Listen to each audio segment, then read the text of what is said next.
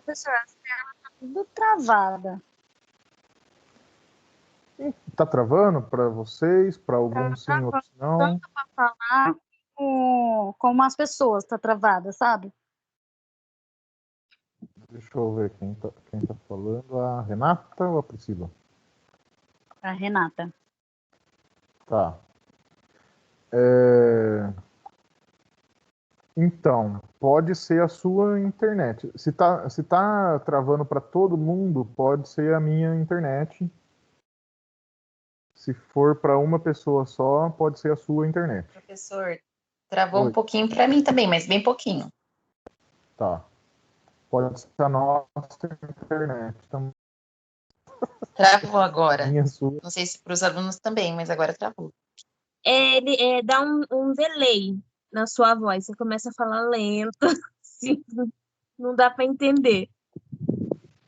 Aí depois volta. Mas é Tá. bem rápido. Pelo menos para mim, dá para aparecer bem rápido. Uhum. Eu consigo ver vocês em tempo real aqui. Mas aí acho que varia bastante. Tá bom. Professor, posso fazer uma pergunta? É para deixar a câmera ligada? Eu fiquei nessa dúvida ontem. A seu critério, Camila. Se você quiser deixar, pode deixar. Se não quiser, não precisa. Tá bom, obrigada. Nada. Muito bem. O professor, vamos lá, então. Qual que é o nome da matéria mesmo? Qual é o nome da matéria? De hoje? Da disciplina? É. Priscila que está perguntando? Joelma. Joelma. Eu vou puxar a sua orelha, hein, Joelma. Pode puxar, Segunda professor. semana, Eu tô mais perdida. Segunda semana e não montou o horário ainda? Não montei ainda, professor. De terça-feira é análise experimental do comportamento.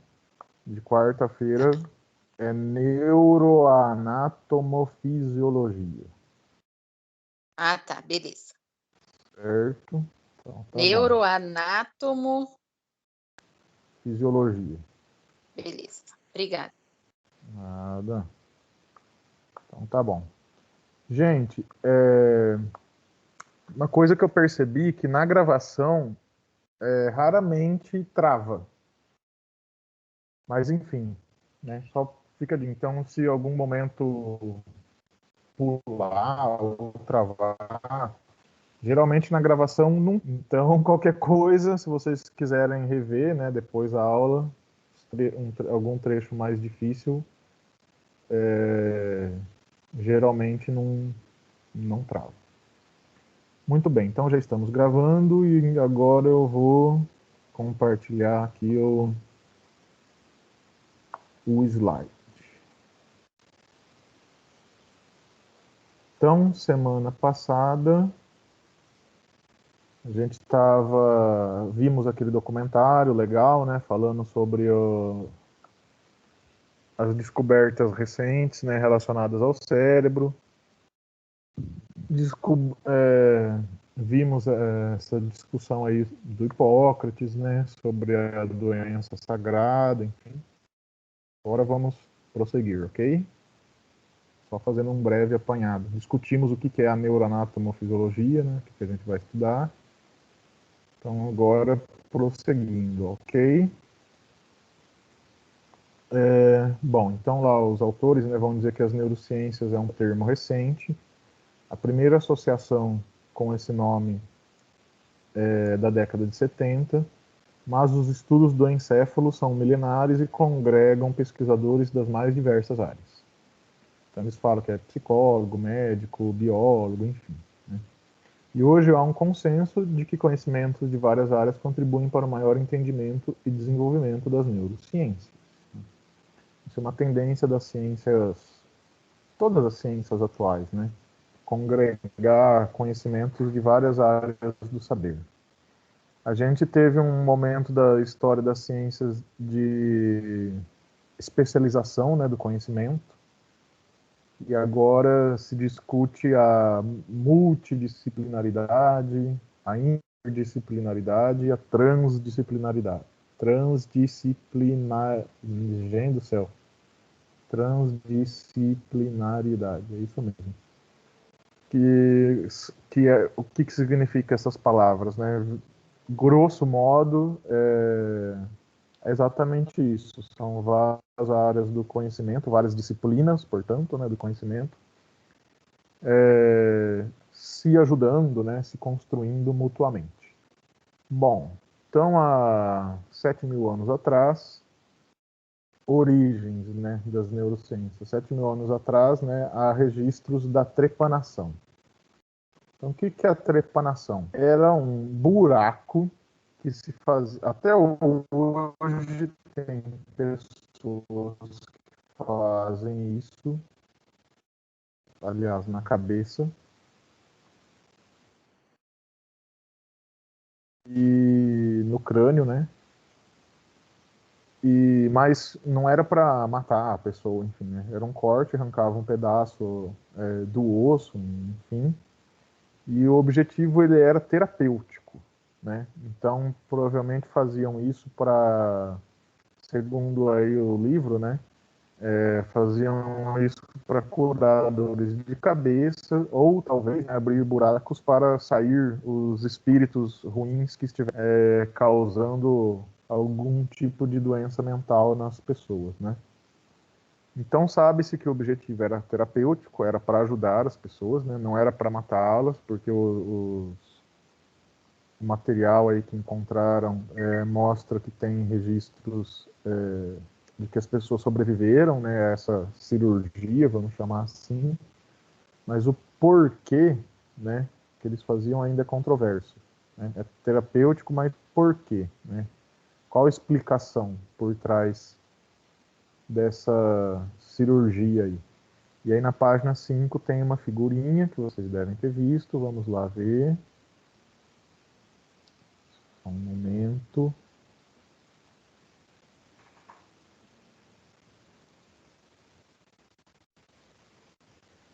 Mostra um crânio com a trepanação.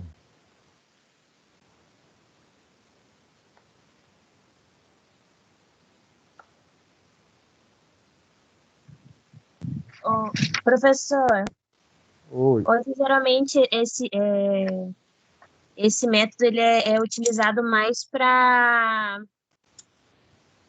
como que é para descompressão do cérebro, né? Quando tem lesão, eles fazem a trepanação para tirar a pressão no cérebro para não dar problema no cérebro.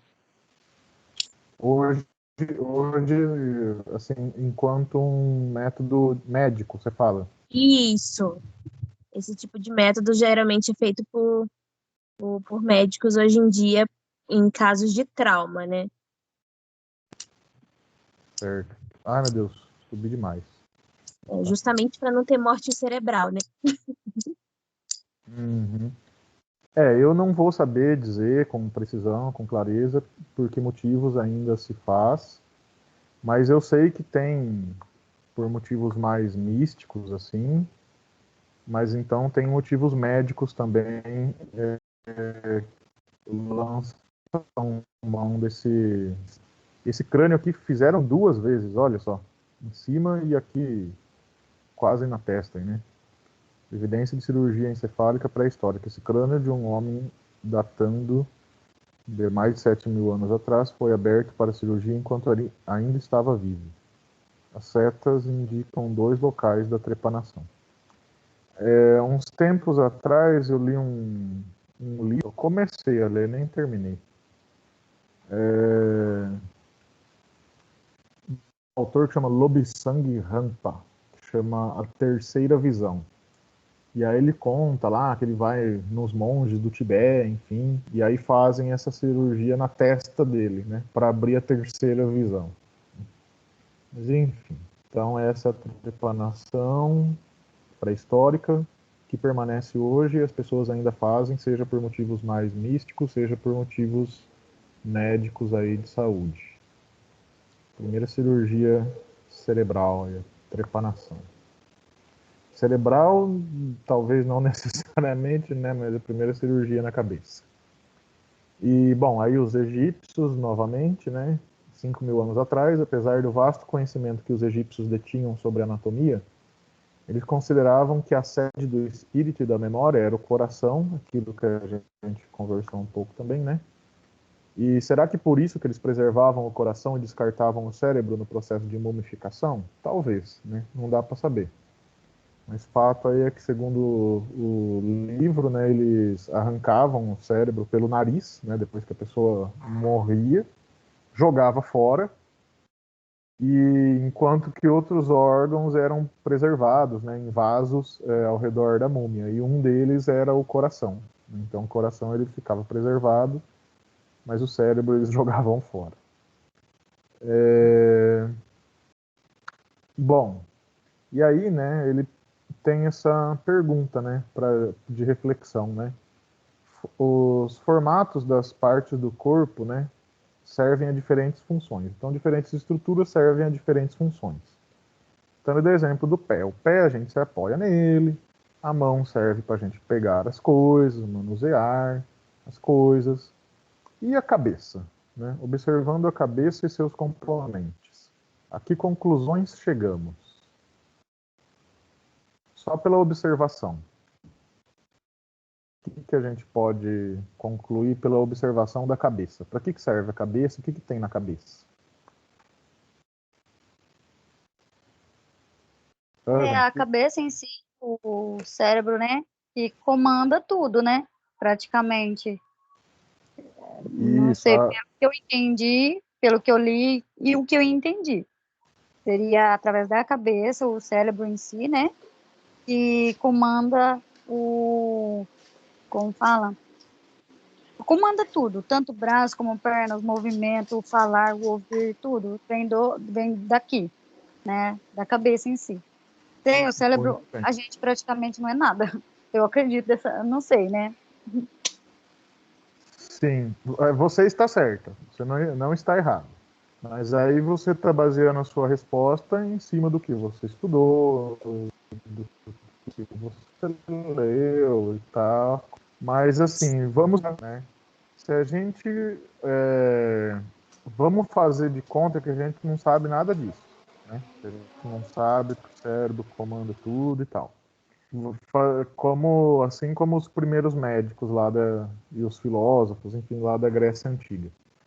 Se a gente só observar a cabeça, o cérebro a gente não consegue observar, só consegue observar se abrir, né? Mas o que a gente tem na cabeça? Porque, ó, né, cada parte do corpo serve função. Então a mão serve para manusear as coisas e tal, o pé a gente se apoia. Deixa eu ver alguma outra partezinha do meu corpo. As pernas, né, servem para a gente andar, se movimentar. E a cabeça? Tem olho, nariz, a boca, o Seria ouvido. os sentidos, 5 sentidos? Audição, visão.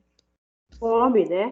Enfim, está na cabeça, o nosso rosto, nossa boca, por onde a gente se alimenta. Acho que a cabeça em si é bem interessante, é bem importante. Muito bem. Bastante gente falou, eu quero ouvir todo mundo de novo. Uma de cada vez, vamos lá. Professor. Oi. Eu vejo isso como... Eu vejo o cérebro como a cabeça, né? Como um centro de controle, assim, né? Eu tô vendo você falar, lembro bastante do filme de animação, O Divertidamente, né? Onde tem a cabine de controle, eles acionam, né? A alegria, a tristeza e tal. Mas eu acho que você está querendo questionar, indagar a gente no sentido que nem você falou, né? Mas essa parte do corpo, ela serve para quê exatamente? Para quê? Para nos proteger, para nos, né, segurar de alguma coisa, né? Mas eu acho que tem a ver mais com os sentidos mesmo, né? Por onde a gente realmente come, se alimenta, vê, né? Onde estão os olhos, a gente tem a visão. Acho que é mais para isso, assim, porque se a gente bater a cabeça no chão, ela não vai segurar que nem a nossa mão, né? Provavelmente a gente vai ficar meio mal, né? Ninguém usa a cabeça para andar, né? Não. Mas usa o quê? Carlos Mas usa o falando me quê? lembrou de uma cena daquele MIB Homens de Preto, do alienígena na cabeça do cara lá. Qual cena que é essa? Ah, eu não lembro. Ah, é aquele Eu que os acho que bichinhos ficam, tipo, é, movendo. Ah, sei. me lembrou Igual da... muito isso. Tá, ó, gente, vamos fazer o seguinte. Todo mundo pode falar, se expressar. Vamos instituir, levantar a mãozinha, que esse programa tem esse recurso. Então, vamos levantando a mãozinha e aí eu vou chamando e liberando, tá bom? Então a Malu quer falar. Pode falar, Malu. Só reforçando o que eu já falei, realmente, né? A cabeça é onde ficam os nossos sentidos, a audição, o paladar, onde a gente se alimenta, a visão, né? Os olhos ficam na cabeça. Se você tem vontade de fazer alguma coisa, de ir por algum caminho, eu creio que essa vontade surge primeiro na cabeça, no cérebro. Eu acho que surge lá primeiro. Eu achava muito que era o coração, há muitos anos atrás aí, mas agora eu já acho que tudo que você imagina ou pensa, um sonho que você tem, uma esperança, surge na nossa mente primeiro. Então é a cabeça que comanda tudo. A cabeça é muito importante, no meu ponto de vista. A cabeça direciona para onde você vai, o que você tem que fazer, as suas obrigações, tudo surge primeiro no cérebro, na cabeça. Certo. A Malu aí juntou as duas coisas, né? Juntou a observação e juntou as informações, né, do estudo. Certo. Acho que pode falar. É isso, professor. Eu acho que o cérebro é 80% do nosso corpo. Porque quando dá morte cerebral, já era. Tudo para, tudo acaba. Então, a cabeça é essencial na mente. Não é nem porque nós estamos estudando isso agora, é que realmente o cérebro eu acho que é uma coisa muito, muito delicada, muito importante. Faz uma parte muito grande do nosso organismo, do nosso ser. A cabeça, onde estão os sentidos, a visão, a audição, a alimentação, acho que tudo. E depois Quando dela vem o coração. depois o coração. Tudo bem. Eu acho que então, sente muita coisa também. Aquela dor no peito que dá, assim, de certas coisas que acontece, é gerado também no coração. Eu creio que é um conjunto. É o segundo órgão mais interessante, é o coração. De sentimentos, é claro, porque todos no nosso corpo, se não for bem uma coisa, o resto vai desengrenar tudo, eu acredito. É rim, é pulmão, né? A gente sabe disso, nós somos uma máquina.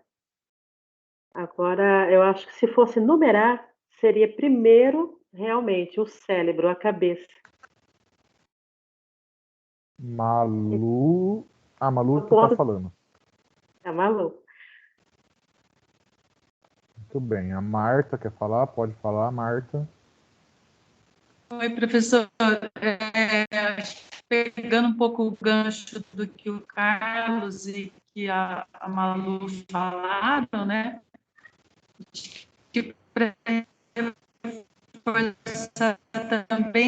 o cérebro é responsável pelas ações, né, voluntárias. Então, é um órgão super importante do sistema nervoso, né? É ele que faz esses, ele faz as sinapses aí e geram essas ações, né? Muito bem. Marta também aí trouxe todas as informações que ela já conhece, já estudou sobre o cérebro. Muito bem. Ficando só nessa ideia da observação, né?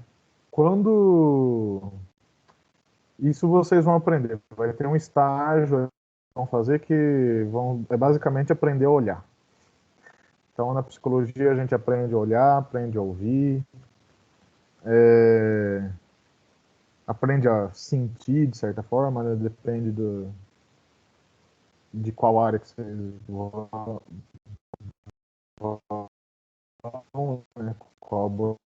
verdade. Mas, ó, vocês fizeram uma comida faz 3 dias, guardou lá na geladeira. Aí você vai pegar essa comida. Eu sempre falo exemplo de comida, né? Coisa de gordo, né? Mas tá bom. É condicionar, Mas, né? É condicionar. Ai, quem que tá falando? a Malu. Malu. Esse negócio de comida aí ficou a salivação aí. Eu tô Pois é. misturando as coisas, né? Desculpa. Tudo bem, tranquilo. E você fez aquela comida, tá lá faz uns 3 dias na geladeira, mais ou menos.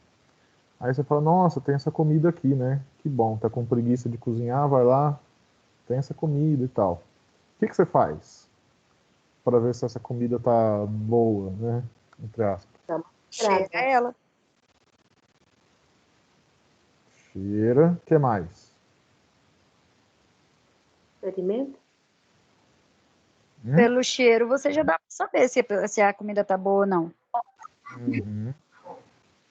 O que mais? A aparência dela também, né? Aparência, você olha, Sim. cheira, depois, né, se passa, né, no teste,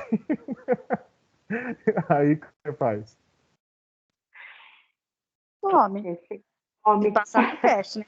Come. Dá uma tratadinha assim, ó, um Come. pouquinho, pra ver se tá bom. Experimenta.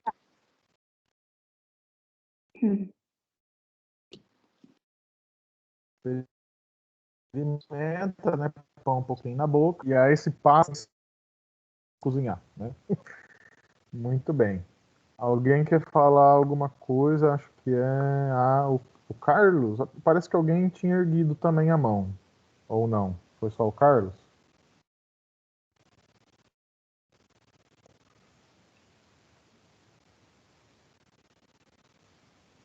Não, eu tinha erguido a mão para falar, para dar minha opinião sobre a comida, mas eu ia falar tipo isso que todo mundo falou, que você cheira, vê pela aparência, né?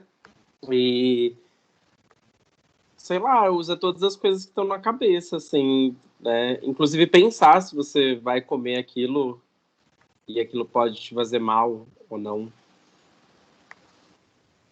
Inclusive pensar. Que pensar a gente sabe que a gente usa a cabeça para pensar, mas pela observação não dá muito para saber, né?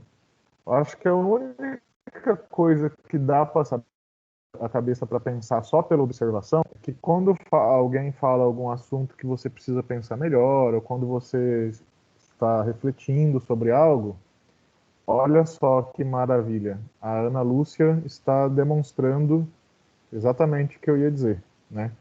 O que você faz com a cabeça? Aliás, o que você faz com o corpo, né? Que parte que demonstra que você está ativo, que você está prestando atenção, que você está raciocinando alguma coisa. Essa linguagem corporal da Lúcia, né? Geralmente põe a mão assim, né? Bem, a cabeça pondera. Então, assim, acho que é a única coisa que pela observação a gente percebe que está envolvido pensar, né, refletir com a cabeça. Ou simplesmente olha para baixo, né? A clássica pose do pensador, né? Aquela estátua do Rodin, né? Que ele está inclinado assim, né? Então acho que pela observação uma das únicas coisas, né, que dá para saber que quando a gente pensa, alguma coisa tem a ver com a gente pensa. E quando a gente pensa demais ou está muito preocupado também, né? Onde que dói? Cabeça, né? Então, pela observação, só pela observação, se a gente não tivesse estudado nada, só baseado nas nossas experiências, daria para perceber que tem alguma coisa aí nessa parte do corpo aí, né, que diferente aí, né? E, bom, então vamos para um passo além. Então, vocês falaram, tá certinho, é isso mesmo, né? São os órgãos do sentido. Então, a gente tem os ouvidos, olhos, nariz, que tem o olfato, o paladar. É pela boca que a gente se alimenta. Alguém falou rapidamente, eu não sei.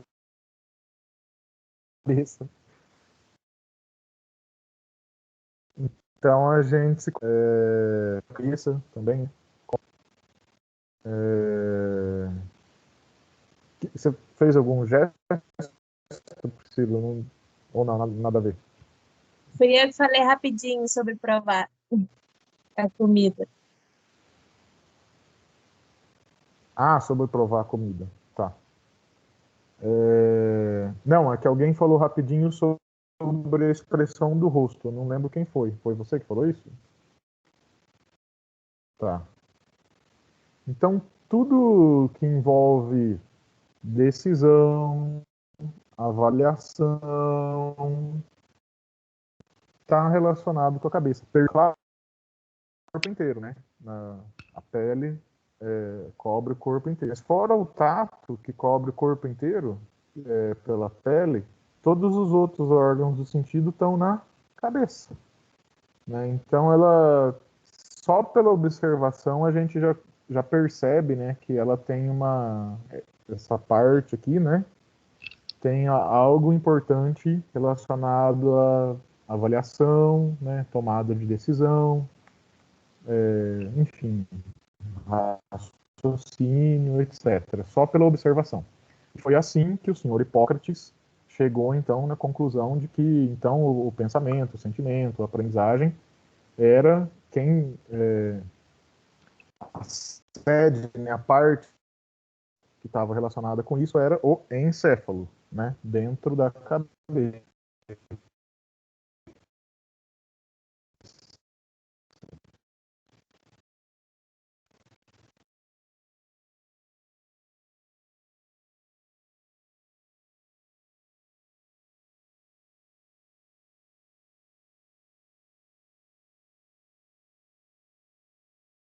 Sua imagem está travada, professor. Travou mesmo.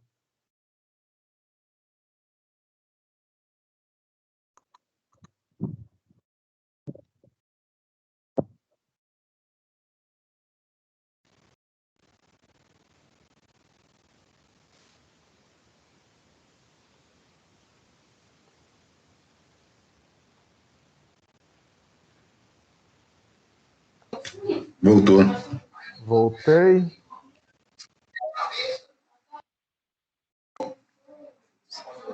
Aqui tá normal. Normal.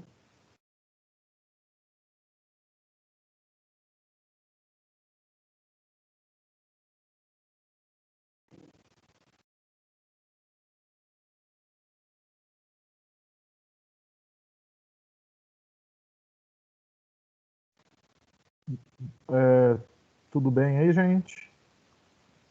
Voltamos. Tá bom.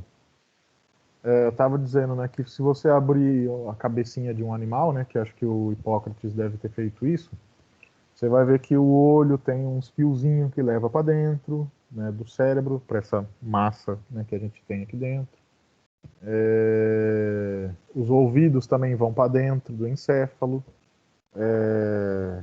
Tudo, de certa forma, está ligado aqui. Tem os fiozinhos que descem pela coluna, né, que são os nervos.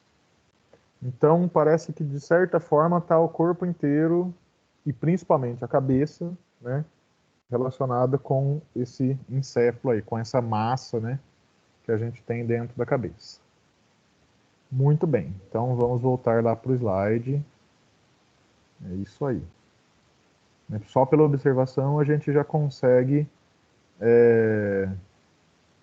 deduzir, de alguma forma, que funções...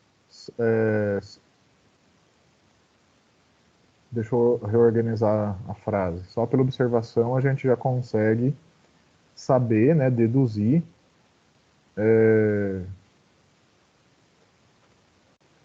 Nossa, gente, eu não estou conseguindo me expressar. Eu quero dizer assim, que a cabeça é responsável por tais funções, né? Então a gente consegue deduzir que funções a cabeça executa, né, no corpo. É isso. Muito bem. Posso avançar? Que no caso são as funções de avaliação, né, do ambiente, análise e tomada de decisão, né, como vocês muito bem expressaram. Pode avançar? Estou Pode. avançando, tá? Qualquer coisa me diga. Bom, então Hipócrates, né, no século IV a.C., considerava o cérebro como sede das sensações e do intelecto. Muito bem. E essa ideia não era compartilhada pelo Aristóteles, que é o grande filósofo aí, né, um dos grandes aí da antiguidade. Mas nisso Aristóteles estava errado, né? Para ele o cérebro resfriava o sangue enquanto o coração esquentava, sendo o coração o responsável pela vida psíquica, né? Segundo Aristóteles. Então, por Aristóteles, o coração esquentava o sangue, era no coração que aconteciam as emoções, e o cérebro resfriava, né? Será que daí que vem a expressão cabeça fria, né? Cabeça quente, né? Eu imagino que seja daí. Né? Esfria sua cabeça, né? Imagino que seja responsabilidade do senhor Aristóteles, esses ditos, né? Bom, e o próximo grande médico aí da antiguidade foi o Galeno, no século II, aí já depois de Cristo. Ele era um médico romano, né? Ele conviveu com os gladiadores, e aí no texto fala que provavelmente deve ter observado que aqueles que tinham ferimentos na cabeça demonstravam certas limitações, né? E ele dissecou muitos encéfalos de ovelhas, né? Tentando estabelecer uma relação entre a estrutura e as funções desses órgãos. É o que a gente estava fazendo agora, relativo à cabeça, né? E ele atribuiu a parte mole, que é o cérebro, as sensações e memórias, enquanto que a parte dura, o cerebelo, seria responsável pelos movimentos motores. De certa forma, acertou. Aí eu estou falando cérebro, cerebelo, e talvez alguém aqui seja a primeira vez que esteja ouvindo falar desses termos. Então aqui tem um cérebro humano, né? Essa parte aqui é o cérebro, com essas... Pois não? Alguém está falando alguma coisa? Pode falar. Não, não, não. Não? Eu ia falar que a parte de cima é o cérebro, né? E a parte de baixo é o cerebelo, que eles falam lá. Sim, essa parte que tem esses giros, né, que chama giros mesmo, né, essas circunvoluções aqui, é o cérebro. Sim. E essa parte mais com essa textura, né, tem uma textura muito própria, é o cerebelo. Então essa parte ela é mais macia, né, e essa é mais dura. E aí o Galeno então identificou que essa seria responsável pela motricidade, né, pelos movimentos, e essa parte seria responsável pelas sensações, pela memória, etc.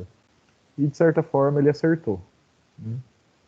O raciocínio ao qual ele chegou não era errado, mas o resultado era correto, né? E quanto às partes ocas, os ventrículos, Galeno considerou que eram repositórios dos humores, líquidos vitais dos quais dependiam o equilíbrio e a saúde do corpo, segundo a teoria de Hipócrates. Então, Hipócrates ele tinha uma teoria que o corpo tem 4 humores, que são 4 líquidos, que agora eu não vou lembrar muito bem qual que é a bile, enfim, e aí ele tinha até uma teoria da personalidade baseada nesses humores aí. E então, conforme esses humores estivessem em equilíbrio, você estava saudável. Conforme esses humores estivessem em desequilíbrio, se tinha muito de algum deles ou pouco de algum deles, então você adoecia. Então o Galeno né, por observar que o cérebro tinha esses ventrículos, né, que são esses buraquinhos. Deixa eu mostrar lá no livro, onde que mostra. Ele secava as ovelhas. Ele achava que então esse buraquinho aí, essa cavidade, era onde ficavam armazenados os humores, né?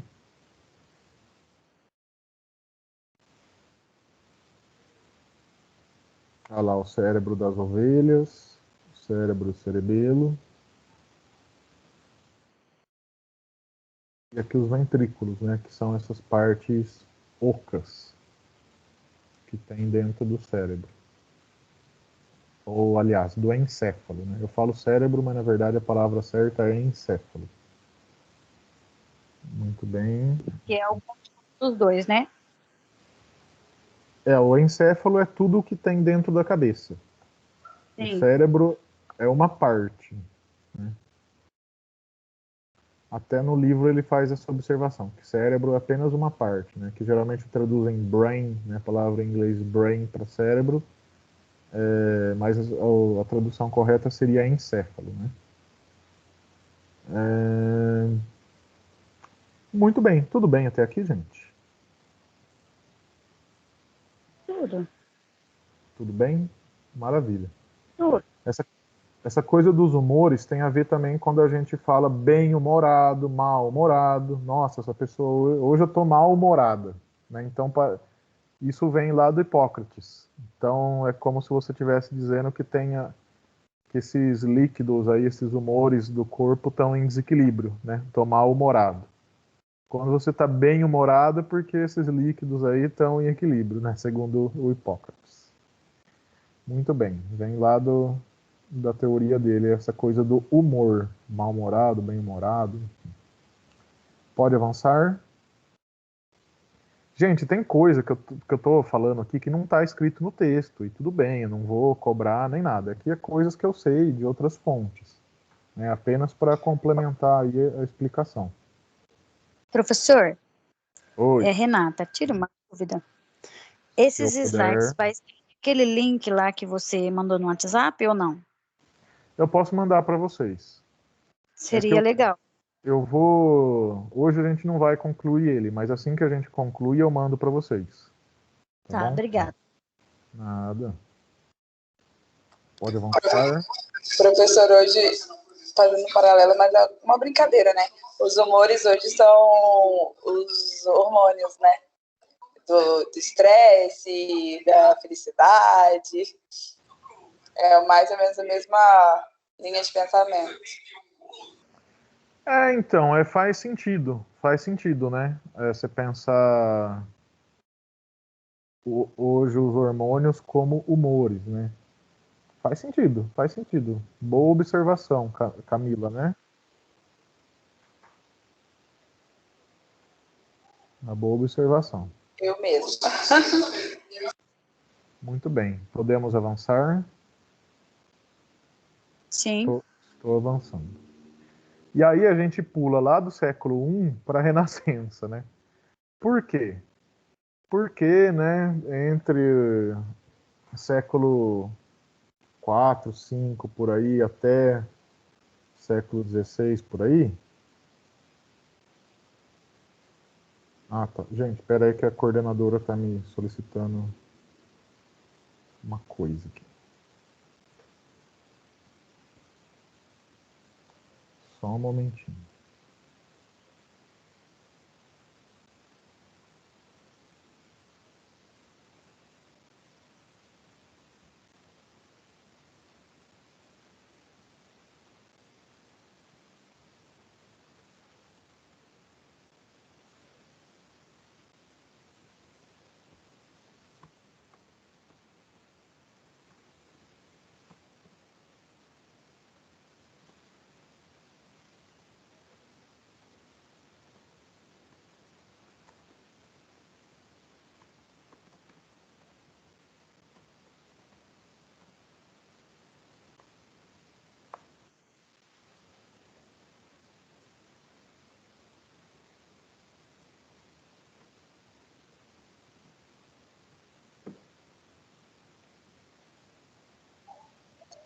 Professor, travou ou você ficou calado?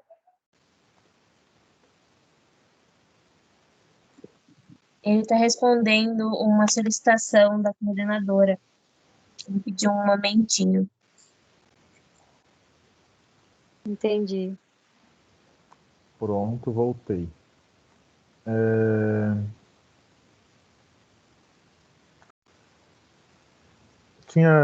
Tava dizendo, né, que a gente que dá um pulo, né, lá do século II depois de Cristo até a Renascença, que é lá pelo século XVI, né?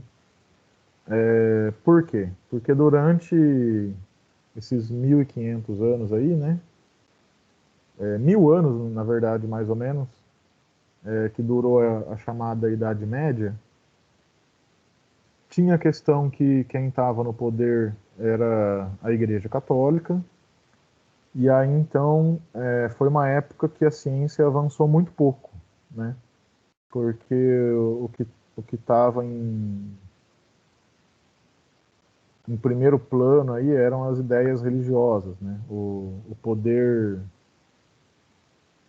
político era ligado, né, ao poder religioso. Por isso que a gente tem que ficar com os olhos bem abertos quando os religiosos se aproximam dos políticos, porque nunca deu certo e acho que nunca vai dar. Então a gente tem que ficar olho bem aberto quando isso acontece, que é só atraso, né? Então durante todo esse tempo aí, 1000 anos aí de história, né, do Ocidente, a ciência avançou muito pouco. Então era considerado um pecado, né, um sacrilégio, você abrir corpos de seres humanos, ou na verdade emitir qualquer ideia, né, que não fosse compatível com as ideias da igreja. E aí eles tinham vários recursos, desde prisão até pena de morte, né, para quem ousasse discordar, né, das suas ideias. Bom, mas aí a história foi evoluindo e tal, e aí na Renascença, não é à toa que chama Renascença, né, ou Renascimento, começou-se novamente a se estudar, né, a ter um desenvolvimento científico. Muito bem. E aí, durante todo esse tempo, desde o Hipócrates e do Galeno até a Renascença, as ideias de medicina que tinham disponíveis eram as ideias de Hipócrates e do Galeno. Não houve avanço. Então, os médicos acabavam aplicando, né, essas ideias. Bom, e após a Renascença, voltou-se a estudar a anatomia do encéfalo. A hipótese hidráulica permaneceu por um tempo, devido a descobertas mecânicas da época. Então, o que é essa hipótese hidráulica? Era aquela ideia lá que o primeiro representante foi o Galeno, de que os ventrículos, né, serviam para armazenar os humores, e esses humores, eu vou até passar um pouquinho rapidinho aqui para o próximo slide, né, tem bem essa ideia, né, esses humores enchem, né, inflam os músculos, e era isso que faria os movimentos e deixaria os músculos repesados, né, da mesma forma que as máquinas hidráulicas. Depois essa ideia caiu, enfim, mas durante um bom tempo a hipótese, né, de como era o funcionamento do cérebro era uma teoria hidráulica, né? E o Descartes, que foi um grande filósofo, foi um grande nome na história da filosofia, ele compartilhava dessas ideias. Você pega os escritos do Descartes, ele estudou o coração, ele estudou um monte de coisa. E ele é importante também para a psicologia, acho que na disciplina, quando vocês tiverem de história da psicologia, vai conhecer um pouquinho mais as ideias dele, para a ciência, de modo geral. E, bom, mas ele tinha uma questão, né, que para ele, o encéfalo era responsável por funções compartilhadas por nós com os animais, né? Então, motricidade, sensação, tudo que os outros animais fazem, a gente também faz. Então isso era função do encéfalo, segundo Descartes. Mas, para ele, as funções, entre aspas, superiores, né, as funções propriamente humanas, a imaginação, o pensamento, a linguagem, vontade, etc., adviriam da alma ou da mente, que não era uma função cerebral, era uma entidade à parte do cérebro, né, que estaria ligada ao corpo através da glândula pineal. Então aí, né, o Descartes, ele é um bom representante, né, de uma época que a ciência e a religião estavam meio que juntas, né? Então o Descartes, por exemplo, ele comprova, se você lê o Discurso do Método, que é um dos textos principais dele, ele comprova pela razão, né, usando o raciocínio, prova lá por A mais B que Deus existe. É muito interessante. Quem tiver vontade, leia lá o Discurso do Método, que ele vai comprovar, então, que Deus existe. E claro que ele não poderia também negar, né, muitas ideias da igreja, porque apesar de ter um desenvolvimento, né, a ciência, ainda não era tudo que se poderia dizer. Então, uma das coisas que o Descartes sabia é que um colega, entre aspas, dele aí, que era o Galileu Galilei,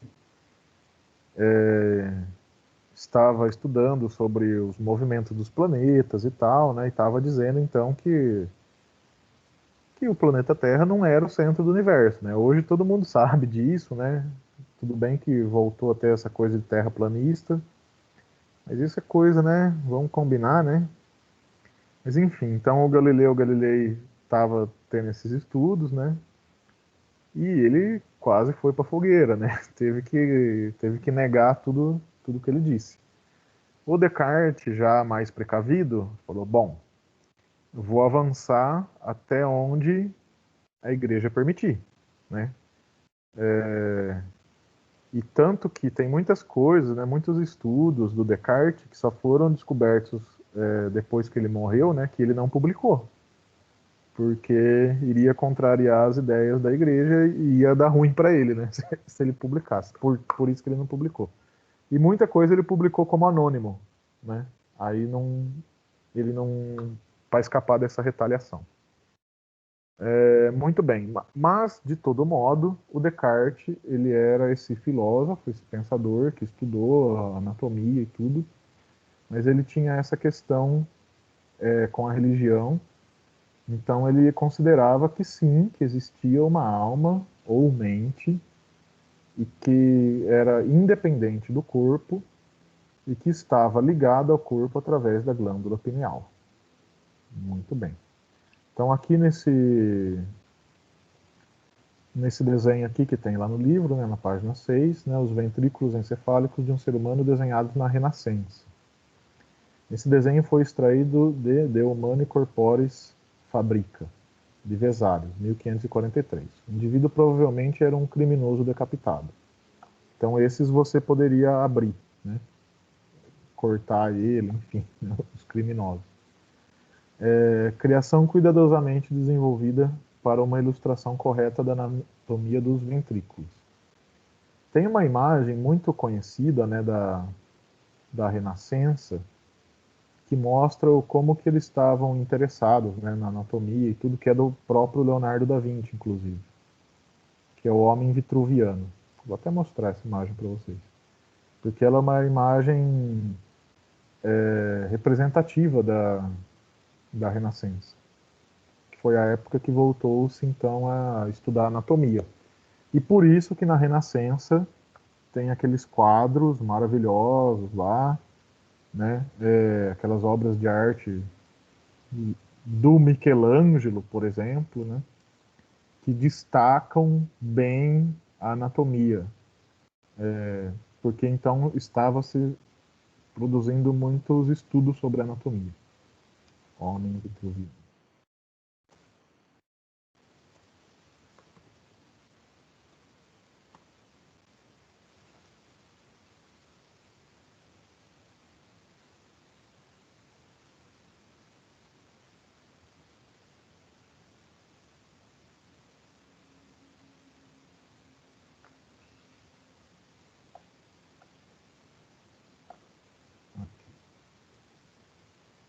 Então, né, como a aula de neuroanatomofisiologia e o livro em questão que a gente está estudando é um livro de neurociências, né, a gente está focando mais no cérebro. Mas essa época da Renascença foi uma época que houve muitos avanços assim, na ciência de modo geral, né? Principalmente nessa questão da anatomia. Vamos ver se carrega uma imagem boa aqui do homem. Ah, aqui, essa tá legal. Conhecem essa imagem?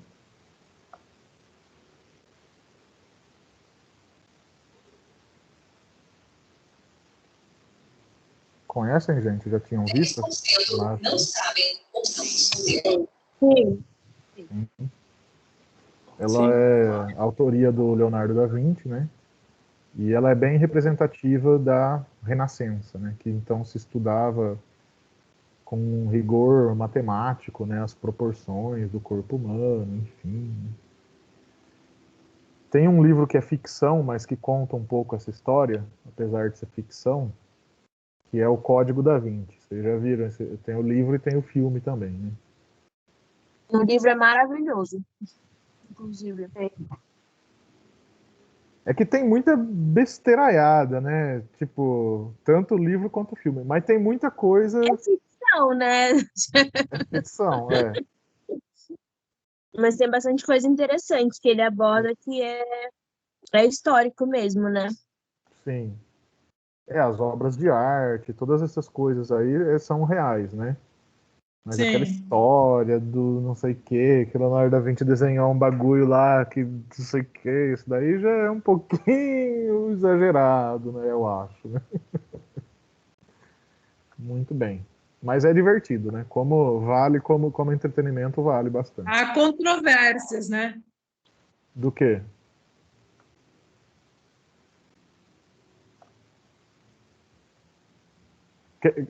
Quem que falou? A Priscila? Ou não? Eu falei que há controvérsias, né? Que a gente não sabe, enfim. Né? Ah, sim, Aí. sim. O que a gente sabe é que o Código da Vinci é um livro de ficção, né? Isso a gente sabe. Agora, até onde a ficção vai, aí a gente já não sabe. Muito A bem. gente não tem. Tem muitas teorias da conspiração com a história do Código da Vinci. Sim, a história do Código da Vinci é baseada em teoria da conspiração. Verdade. O autor, o Dan Brown, os livros dele são todos baseados em teoria da conspiração. Eu já li o Código da Vinci, o Anjo Demônios e o Fortaleza Digital. É tudo essas coisas aí. Tudo teoria da conspiração. Mas também já li os três, é tudo desse jeito mesmo. E os mais recentes eu não li, mas disseram que é interessante também. Tá bom. Vamos voltar aqui pro cérebro. Tem um autor que o Dan Brown se inspira para escrever os textos dele, que é o Humberto Eco. Os livros do Humberto Eco, nossa, dão de, sei lá, 1000 a 0 nos do Dan Brown. Mas, assim, vale como entretenimento, né? Com certeza é divertido, é legal, passar umas horas, você vai se informar de bastante coisa, histórica, artística, enfim, né? Mas é ficção, né? No fim das contas. Bom, uma boa ficção, ela pode nos informar bastante, né? Acho que essa parte já foi, pode avançar para a próxima. A próxima é a ilustração do Descartes. Então, olha lá, né, como que o Descartes compreendia o funcionamento do cérebro, né? O encéfalo de acordo com Descartes, está lá na página 7. Esse desenho apareceu em uma publicação de Descartes em 1662. Esse autor acreditava que nervos ocos originários dos olhos se projetavam para os ventrículos encefálicos. A mente influenciaria a resposta motora, controlando a glândula pineal, que trabalharia como uma válvula, controlando o movimento dos princípios vitais animais através dos nervos que inflariam os músculos. Então, olha lá, o olho, né, o nervo óptico e tal, levaria o Descartes acreditava que era tipo um caninho, né, que conduzia o líquido lá para os ventrículos, e é a glândula pineal, que é essa letrinha H aqui, que funcionaria como uma válvula que movimentava os músculos, enfim. Bom, isso o quê? Mais de 300 anos atrás, né, gente? Dá um descontinho pro Descartes. Ele fez bastante coisa evoluir, mas era apenas um homem, né? Apenas um ser humano, apenas um trabalhador, que contribuiu bastante, mas não acertou tudo e tudo bem, faz parte. Posso avançar? Aqui é mais uma ilustração, né? Ilustração dessa hipótese hidráulica aí. Aí lá para o século XVIII, entre o século XVII e XVIII, mais estudos baseados em dissecações permitiram identificar as substâncias branca do cérebro, né, que se comunica com os demais nervos periféricos, e a cinzenta. Ao termo, conseguiram identificar e descrever o sistema nervoso em detalhes. Está lá na página 8 que eu vou abrir para vocês, porque é um desenho muito grande. Mas aqui nesse desenho que tem aqui, né, tá um corte... Nossa, como que chama esse corte? Esse não é sagital. Esqueci. Tem os nomes corretos dos cortes. Então aqui está esse corte, né, e mostra o interior do cérebro, né. A substância cinzenta, ela fica sempre mais externa, né, e a substância branca fica sempre mais interna. A gente, em algum momento, não sei qual momento, nós vamos fazer uma aula prática, não sei se laboratório de anatomia, não sei em que situação, quando, onde, mas a ideia é que essa disciplina tenha aula prática. E aí vocês vão poder ver cérebros de pessoas, enfim, e dá para ver, né? Aqui está um desenho, né? É mais esquematizado, didático, mas quando vocês virem assim um cérebro cortado mesmo, de verdade, vocês vão ver que dá para identificar bem a diferença da substância cinzenta e da substância branca. Isso é algo que dá para observar bem. Quem falou que bom? É muito legal. Ah, Marta, você já estudou isso, né? Nossa, é muito legal. Nossa, essa experiência da prática, professor, vai ser muito legal. É sempre bom, assim. Nossa, aqui eu fiquei feliz. Sim, é que nem eu falei, eu não sei quando, não sei onde, não sei como, mas uma hora a gente vai ter essa aula prática. Legal. Apenas que isso está aí em potencial para acontecer. Bom, está lá na página 8. Então, lá no final do século XVIII, dissecaram, né, abriram, cortaram, enfim, foram estudando o corpo. Então, pelo menos, descrever o sistema nervoso em detalhes já era possível, né, até o final do século XVIII. Vamos lá para a página 8, então, observar esse sistema nervoso.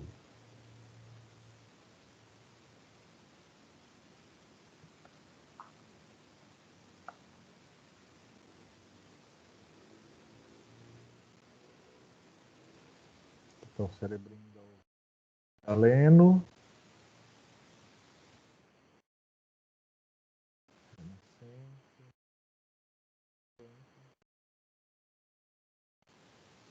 Deixa eu ver uma coisa aqui, se fica melhor.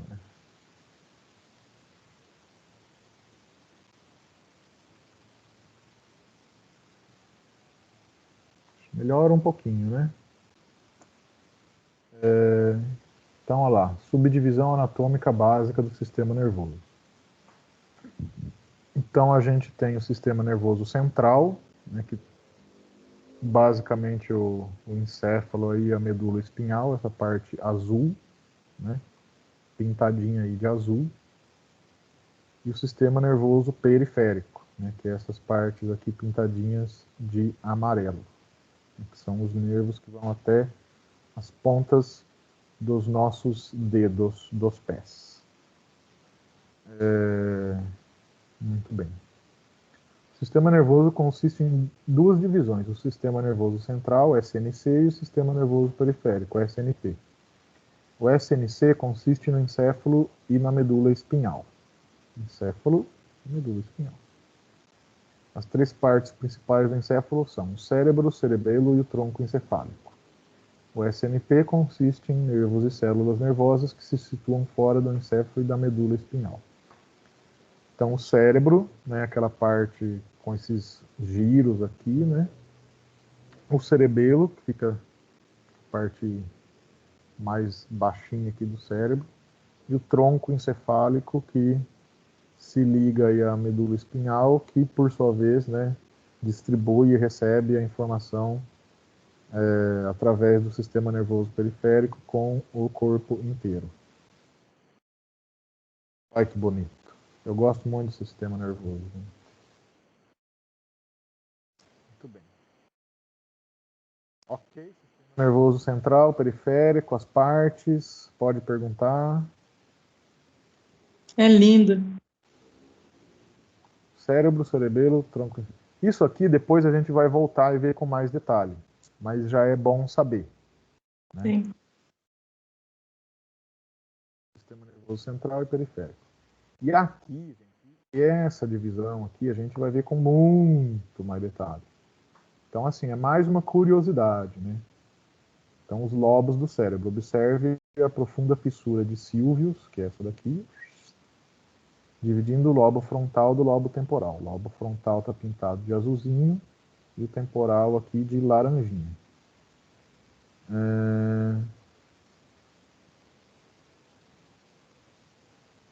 Nossa, me perdi. Lobo frontal do lobo temporal e o sulco central dividido no lobo frontal do lobo parietal.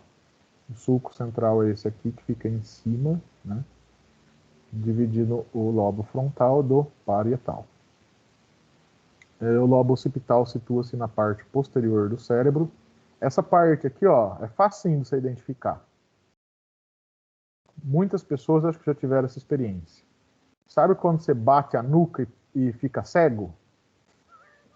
Por um segundo? É porque bateu no seu lobo occipital. Porque essa parte aqui é responsável pela visão.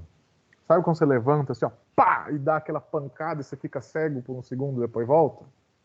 É o lobo, você acabou de descobrir onde está o seu lobo occipital. Alguém já teve essa experiência, já? Eu já, professor. Já. Então você sabe bem onde fica o seu lobo occipital. Essas marcas podem ser encontradas em todos os cérebros dos seres humanos. Aí depois a gente vai ver que tem umas pedacinho aqui, aqui e ali, que também a gente vai encontrar em todos os seres humanos. Aqui não está a divisão, né, só está o nome, mas basicamente o lobo frontal ele as funções superiores, vamos dizer assim, memória não. O pensamento, linguagem, raciocínio, etc. Essa parte aqui. O parietal a gente tem sensorial e motor. Occipital é visão. E aqui o temporal é audição e memória. E o cerebelo ele está relacionado a questões motoras, equilíbrio, enfim. E aqui já está descendo lá para a medula. Mas tudo isso a gente vai ver com mais calminho e tal. É apenas para mostrar que, né, tem que o nosso cérebro tem uma divisão funcional. Isso daqui eu acho que vai ser dito... vai ser dito aí ao longo do texto, já já. Então, sistema nervoso central e periférico e a divisão funcional do cérebro. Certo?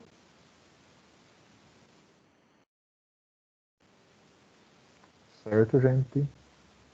Sim, professor. Muito obrigado. Que militar que foi esse sim, professor, gente. Nossa, me senti agora o general. Coitado de mim. Nem tiro de guerra não fiz. Fui dispensado, ainda bem. Bom, mas tudo bem, quem fez e quem é militar, ok, nada contra. Muito bem, então a gente já viu a página 8. Sistema nervoso já totalmente identificado, então vamos avançando. Então, ao final do século XVIII, o que a humanidade já sabia sobre o cérebro? Aliás, eu estou falando cérebro, mas seria sistema nervoso, né? Revisaremos como o sistema nervoso era compreendido no final do século XVIII. A lesão no encéfalo pode causar desorganização das sensações, dos movimentos e dos pensamentos, podendo levar à morte. O encéfalo se comunica com o corpo através dos nervos. O encéfalo apresenta diferentes partes identificáveis e que provavelmente executam diferentes funções. Então, eles já tinham identificado que o cérebro tinha partes diferentes e provavelmente, né, porque eles tinham já percebido que as lesões em determinada região causava determinado efeito, né, provavelmente, né, executavam diferentes funções, mas ainda não sabia qual função. O encéfalo opera como uma máquina e segue as leis da natureza. E durante os 100 anos que se seguiram, né, o século XIX,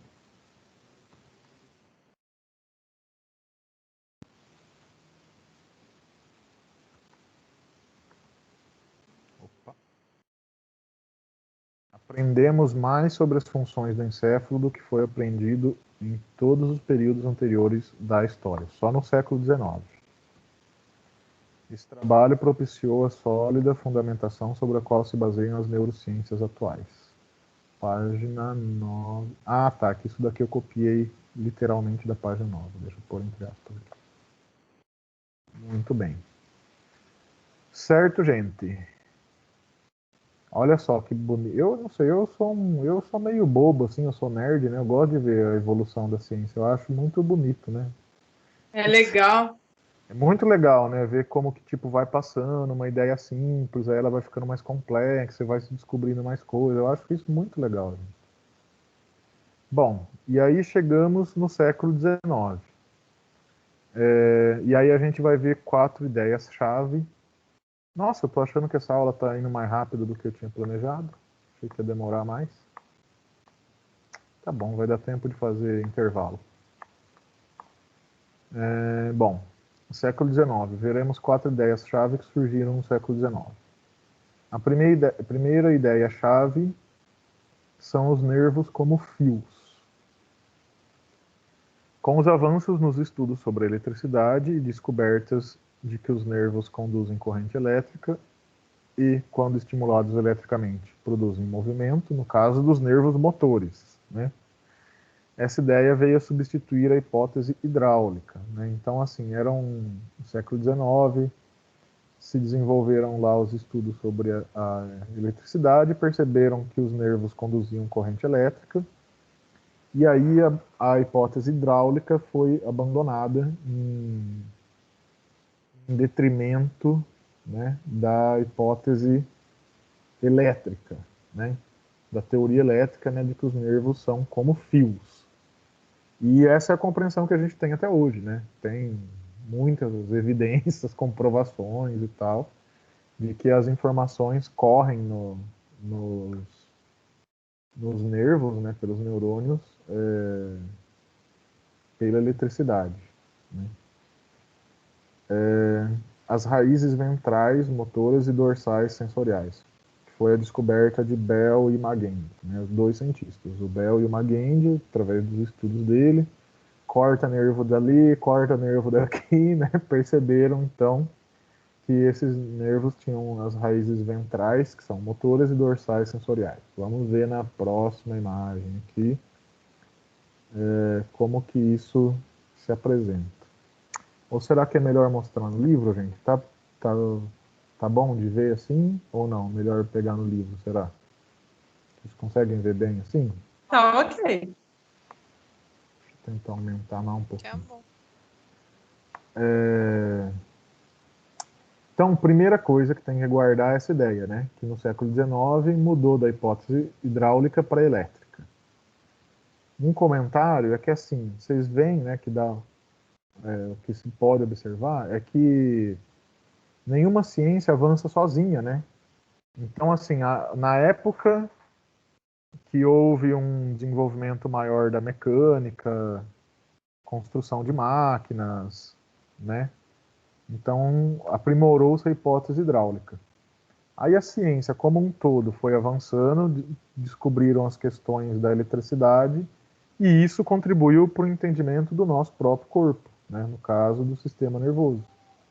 Então, assim, sempre caminha junto, né? As ciências, elas caminham sempre juntas. Professor, você travou. Travei, destravei agora ou não? Tô travado ainda. Tá destravado. Tá normal. Pra mim tá normal. Voltou normal? Beleza. Pra mim tá normal. Maravilha. Então vamos lá para as raízes ventrais, dorsais, motoras, sensoriais. Deixa eu ver se eu consigo aumentar mais aqui.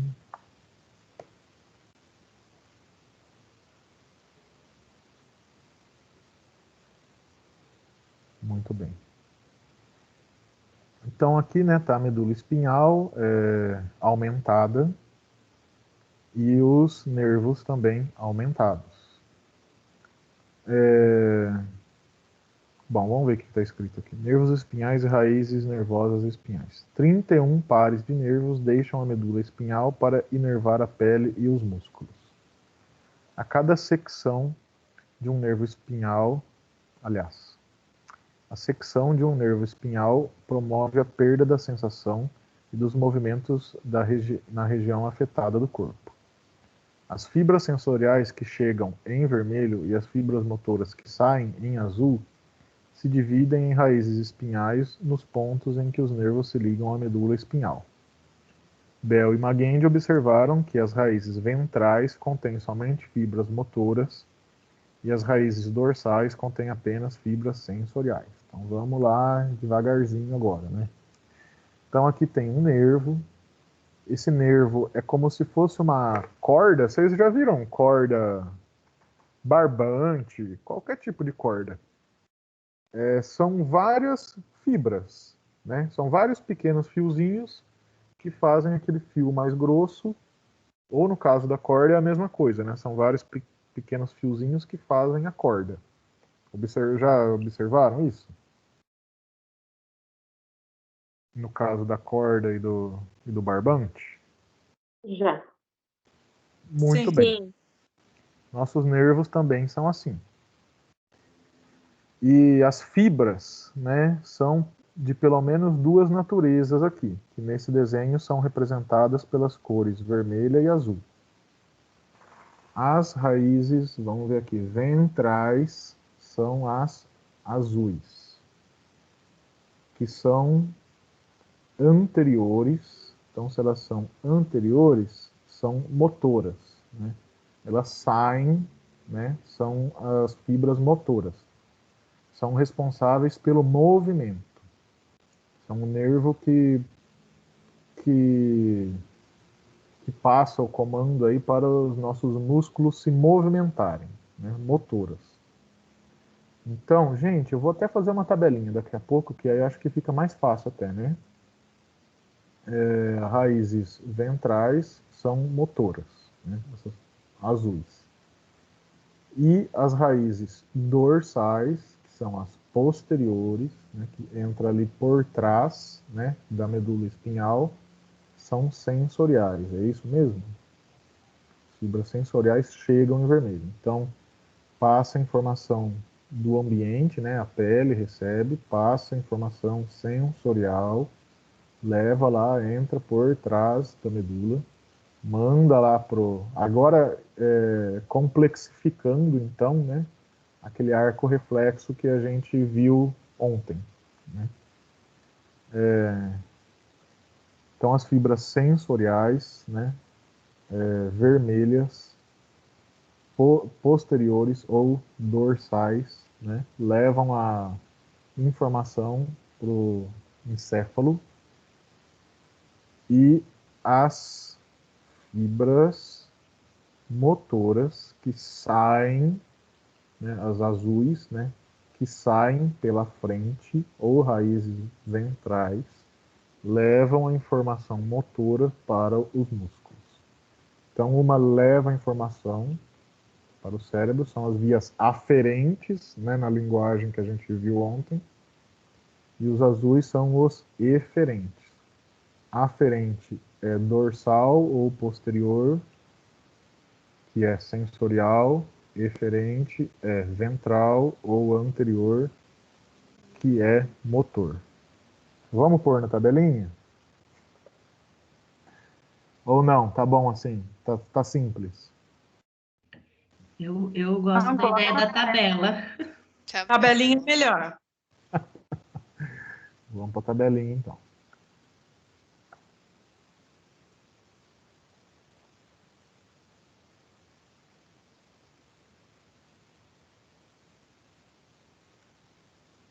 Tava vendo que tava indo rápido demais essa aula? Falei, ué, o que tá acontecendo? Tá muito rápido. Professor. Oi. Você vê se eu entendi. As raízes ventrais, ela recebe informação do cérebro. Vamos ver aqui. Vamos ver aqui, tem que olhar também.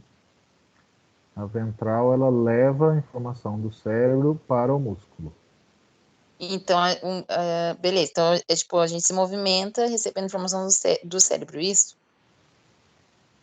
É ele que vai falar o que você vai fazer, mas inicialmente essa informação vem do ambiente, né? É uma informação sensorial. Vai pela via aferente, vermelha, dorsal, e volta, né? Quer dizer, não volta, né? E o comando para o movimento vem pela raiz ventral azul motora. Tá bom. Mas vamos pôr tudo isso numa tabelinha. Tá bom, isso.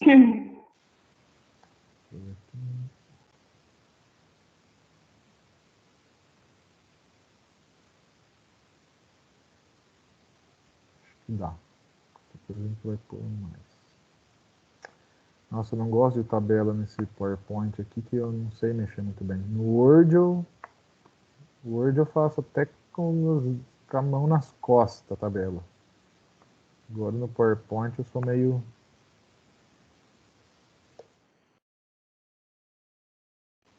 vias aferentes e eferentes. Nervos, vamos pôr aqui. Nervos, não. Ele fala de raiz, né? As fibras sensoriais. Raízes, fibras motoras.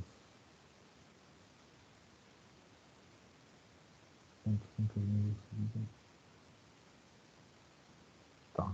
Imagino que seja nervo. Aqui eu não sou médico, nem biólogo, eu não vou saber dizer se a fibra é a mesma coisa que nervo, né? Infelizmente não vou saber esse nível de precisão. Vamos por assim, vias aferentes e eferentes. Então, cor. Cor do desenho, né? Desse desenho ali. Vamos ter essa cor.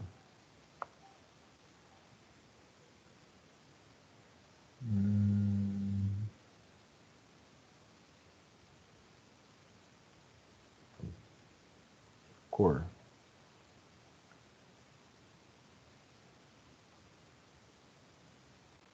Vermelho é sensorial, beleza. Cor pode ser no segundo aqui, né?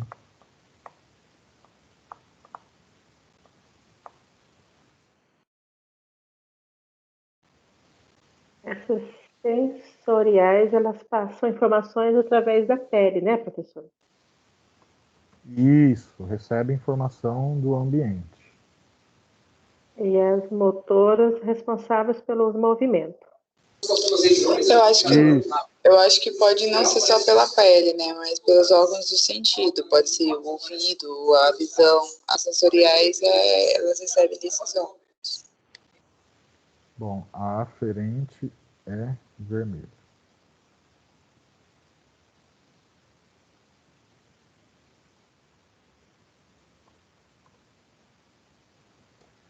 Via aferente, via cor vermelho e azul. Função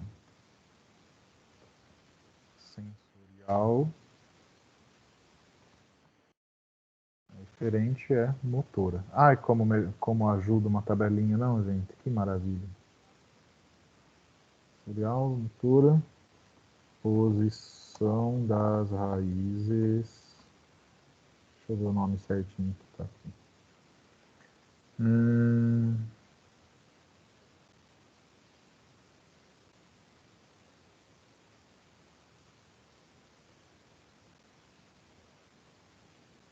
Bom, vou só colocar raízes.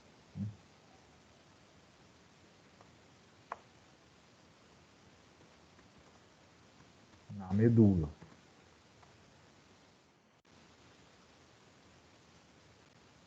Ventrais é azul e dorsais é vermelho.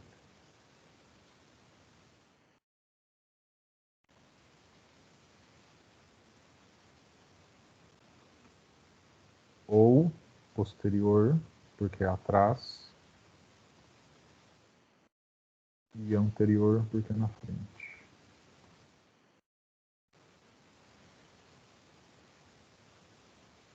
É isso? É essa a tabelinha que vai ajudar para estudar? É isso, gente, psicólogos?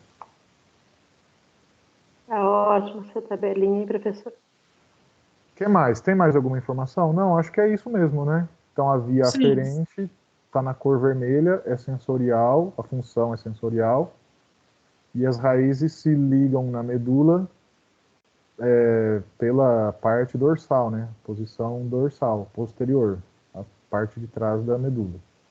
Então a informação vai pela parte de trás da medula, né? E a eferente, a cor ali no desenho está azul, a função é motora, e motora, né, é movimento.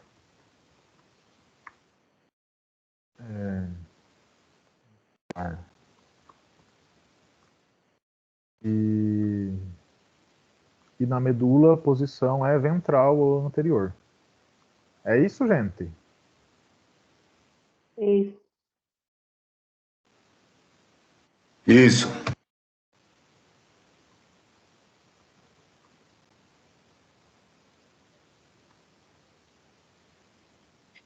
Ô, professor, por que posterior e anterior?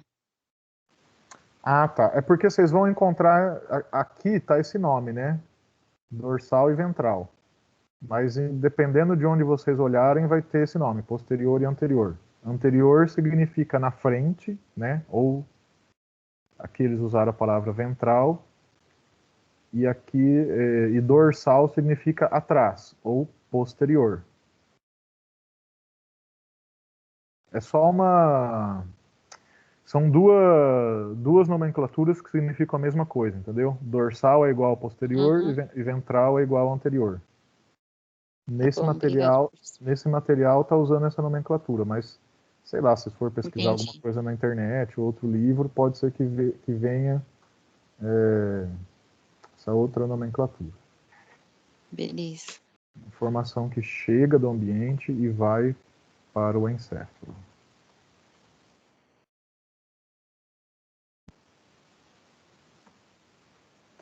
Dá para pôr mais uma linha, né?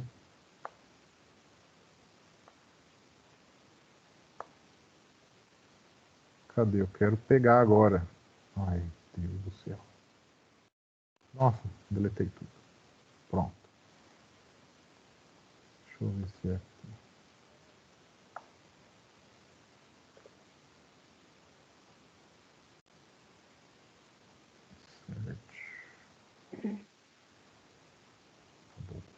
Aí.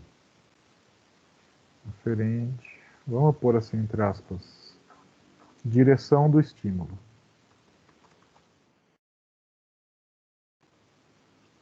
Então,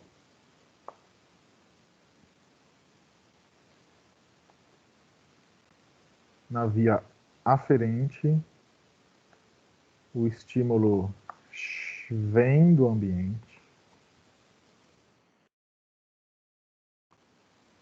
e vai para o encéfalo.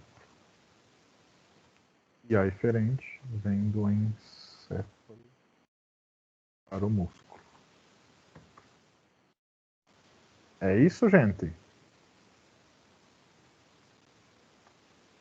Meus neurocientistas, minhas neurocientistas.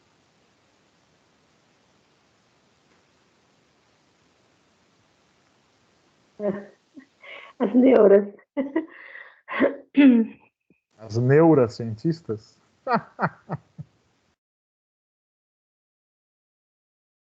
As neuras, professor. Nós estamos tudo neuro aqui. Tudo neura? É isso, gente? Tá perfeita a tabela. Já fiz tudo aqui.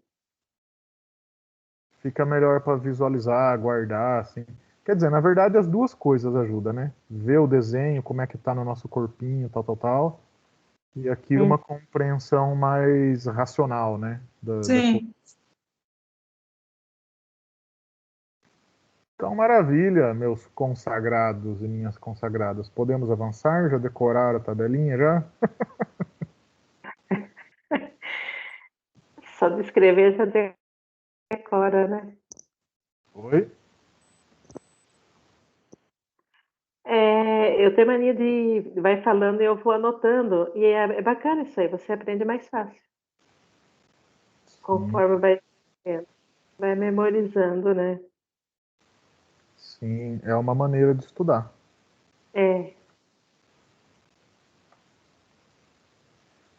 Ok, então, não tem mais nada para pôr nessa tabela aqui? Acho que é bom.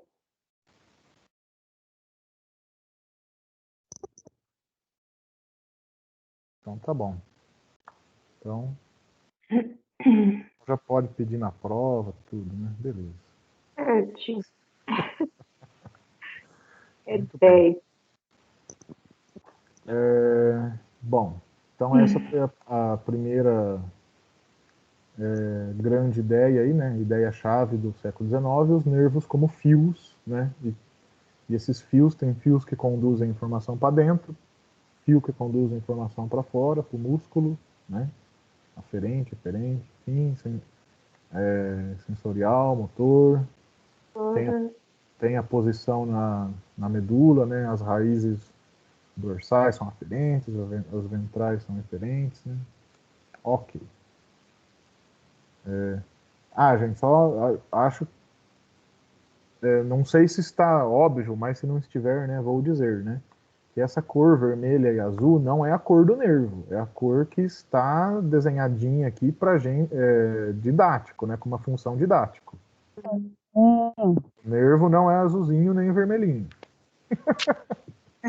Ele é branco, porque ele é feito da mesma substância branca. Olha lá, vamos voltar aqui, ó.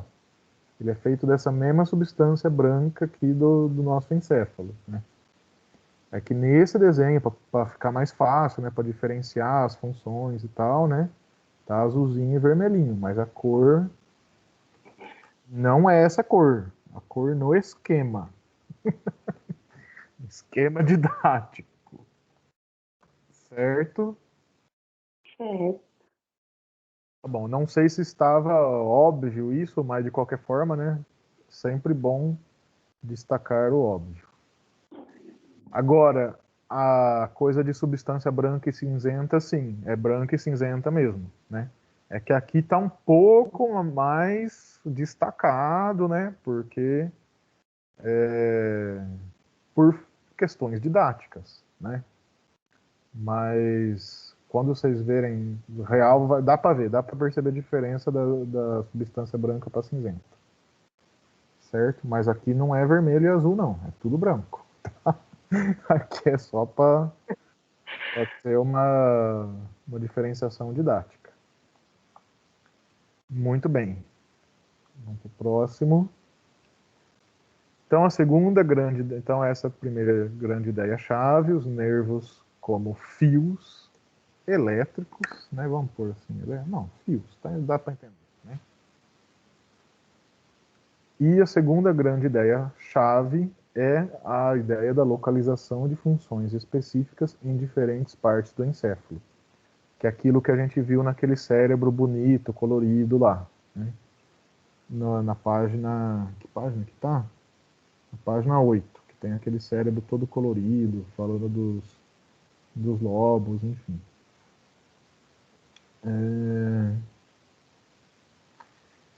Bom, e aí como que os cientistas, né, chegaram de que forma que eles descobriram, né, que certas... Nossa, eu achei que não ia dar, que ia dar intervalo, agora já até passou do horário, mas... Bom, vou chegar até às 9, aí eu dou um intervalo até 9h20, pode ser? Porque aqui a gente já tá chegando no final já também. Acho que dá para em 40 minutos concluir depois. Acho, né? Se não der também não tem problema. Então, como que eles descobriram não, como que eles estudaram, comprovaram, né, que diferentes partes do encéfalo realizavam diferentes funções, né? Foi através desse método da ablação experimental. Então, o que é esse método da ablação experimental? Eles cortavam, seccionar é cortar, assim como secção é corte, apareceu essa palavrinha antes, esqueci de falar, que secção é corte e seccionar é cortar. Então, seccionar diferentes partes do cérebro para observar déficits sensoriais e motores. E aí eles faziam isso nos bichinhos, né, nos animaizinhos. Cortavam um nervinho aqui, arrancavam um pedacinho do cérebro ali, e aí eles observavam o que deixava de acontecer. Então eles falam, bom, se arranca esse pedaço do cérebro do gato, por exemplo, e ele não mexe a perna direita, então provavelmente esse pedacinho aqui é responsável pela parte motora da perna direita do gato. Muito bem, e vai anotando. Né? Corta um outro pedacinho de outro gato, de outro cérebro de outro gato, e aí o gato morre. Eu falo, bom, essa parte aqui talvez esteja relacionada com funções vitais, né? E assim vai cortando e vai vendo o que deixa de funcionar. Então, se descobre, então, o que aquela região, né, qual a função daquela região do encéfalo. Isso levou a uma teoria pseudocientífica, que é a frenologia, que foi desenvolvida por esse Franz Joseph Gall. E o que ele dizia, né? Que o formato da cabeça das pessoas tinha a ver com a personalidade delas, e que ele conseguiria identificar, então, até o formato da cabeça dos criminosos. Né? Um mapa frenológico. De acordo com Gall e seus seguidores, diferentes traços do comportamento humano estariam relacionados com o tamanho de diferentes partes do crânio. Aí depois essa teoria caiu por terra, né? Observaram que não tinha nada a ver o formato da cabeça com a personalidade. Mas o que é verdade é que diferentes partes do encéfalo eram responsáveis por diferentes funções. E aí foi o caso do Paul Broca e a localização da função motora da fala, né? Porque a fala envolve várias funções. O que o Broca descobriu foi a localização da função motora da fala. Bom, vou parar, vou desligar o microfone e a câmera. E daqui 20 minutos, 9h21, a gente retorna, tá bom? Certo. Beleza. Maravilha. Quem queria